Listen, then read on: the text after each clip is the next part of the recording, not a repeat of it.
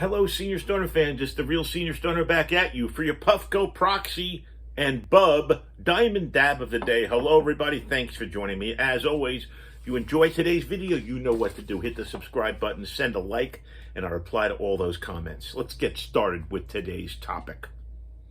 Well, you all know that I spent 50 years as a salesman, 45 of those years as a sales executive, 40 of those years in a C-suite environment. Here's what I'm about to talk about today. I'm about to give you the tools. That's right, the tools of persuasion and influence. And how do we handle objections? How do you overcome an objection?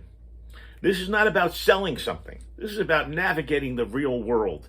Think about every single day how much persuading we have to do, how much influencing others we have to do, and how much handling and overcoming objections we have to deal with every day. Well, you got to begin the process with persuasion and influence.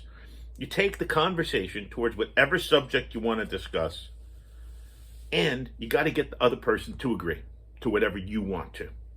So you're discussing your specific thing, whatever it is, the problem, the activity, whatever you want that person to take on. But in the beginning, you're holding back a little bit from persuading and influencing. You're not ready for that yet. You just want to talk and give a person information about what you're going to want to get them to agree to. Your aim is to gather information simply. That's right. You want to know people's opinions, their beliefs, their perceptions. Because to them, perceptions are reality. They might not be right, but they think they are. Got to understand how the other person sees things. What are they seeing? And you got to ask probing questions in order to do that. And you'll find objections that will surface when you ask them to go further. Now, one of the important things is to understand belief. Someone can say, I believe, or I don't believe. I can or I can't. I will or I won't. I think or I don't think. Then they're expressing beliefs. Are the beliefs in the favor of what you want to accomplish, or are they an obstacle?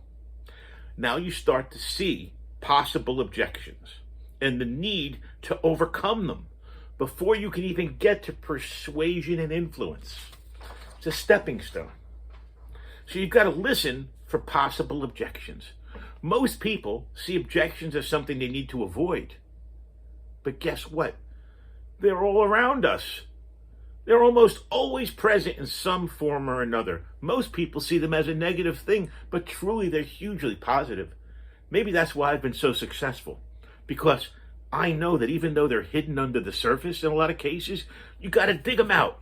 You got to be like the truffle dog, and you got to remove the outer layer and release the truth by asking questions. That's right. You're continually probing. Now, you may be able to avoid surfacing an objection and persuading someone to do something, but it might result in problems. Any objection that still exists when someone agrees to something is eventually going to play out in the situation. So that's the reason for half-hearted action, lack of commitment, and poor results. You've got to nail all these things down in advance before you get into the next step. You've got to get the objections on the table before you start persuading, because you've got to know what you're persuading to. You got to know what the person that you're trying to persuade is uncomfortable about. Ask the questions, discover the objections, and once you've got the objections verbalized, you can deal with them and put that person's mind to rest. Apac. Apac. That's the model for overcoming objections. That's the way that professionally we should approach this, okay? So what happens is, you've got your objections now. Let's have a look at them and find out how we're going to overcome them. When you have an objection to something, it suggests that you have a break in rapport with that person. So you got to establish or reestablish rapport. by making sure that that experience is within what they wanted. Apac stands for acknowledge, probe, answer, and confirm. First, you acknowledge the objection. It's done to build rapport. I understand your problem. Then you try to mirror as much of their body language and attitude as possible and understand with them the problem. Instead of words like but, use and. Instead of you, use we. It's going to take just a few seconds to go through this process. And once that instant rapport is built, you can move on to the next stage, which is called probe, which is where you now ask that person questions who you're trying to get a decision from in favor of what you want. Assume that the reason for their objection is valid because it is for them. Your aim is to find out what the reason is for the objection. What are they thinking? How come they don't see it the way you see it? Avoid questions beginning with the word why. Try to use what, how, or which, because why has accusatory connotations, and it means you got to justify yourself. And people go like this when they hear that word. Remember, rapport is only present when you're matching and mirroring the other person. They've got to understand that you're on the same page because you've acknowledged their objection. We're asking them more probing questions so you can specifically find exactly how and why they're thinking about the situation, and you can fully understand the objection because you've asked sufficient questions. And guess what? You understand their reasons for the objection. They are truly their beliefs. And everyone is entitled to their belief. A belief, in fact, is stated as a fact in many cases. It's a truth. It's the way it is.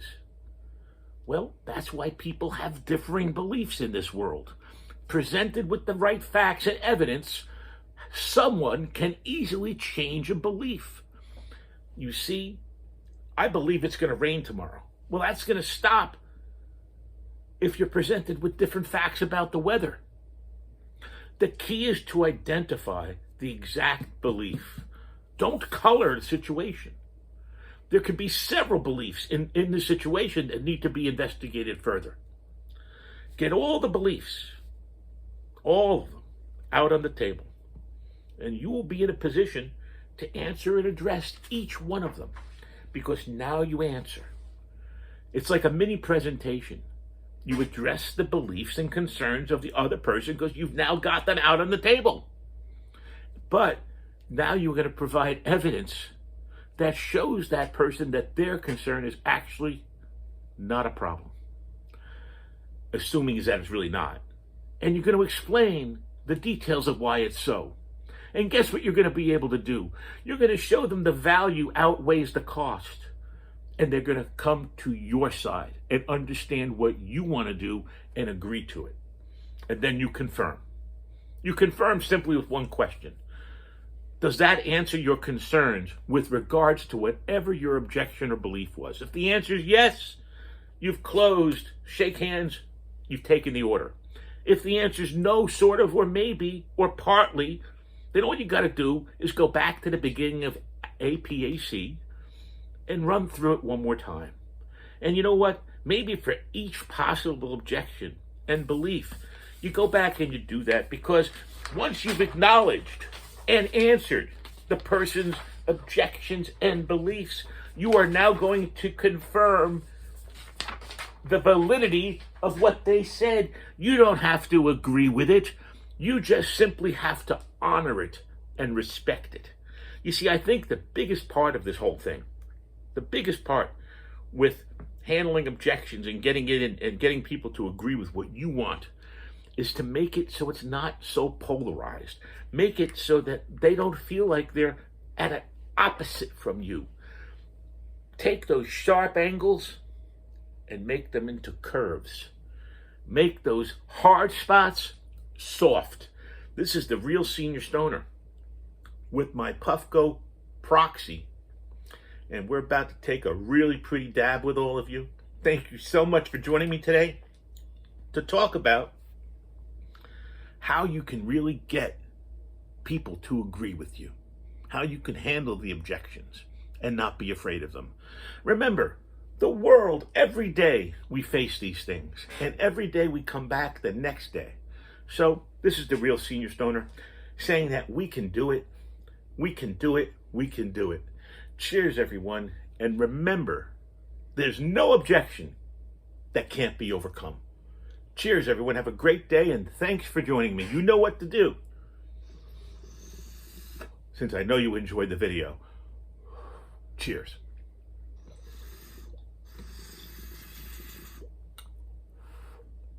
Have a great one, everybody.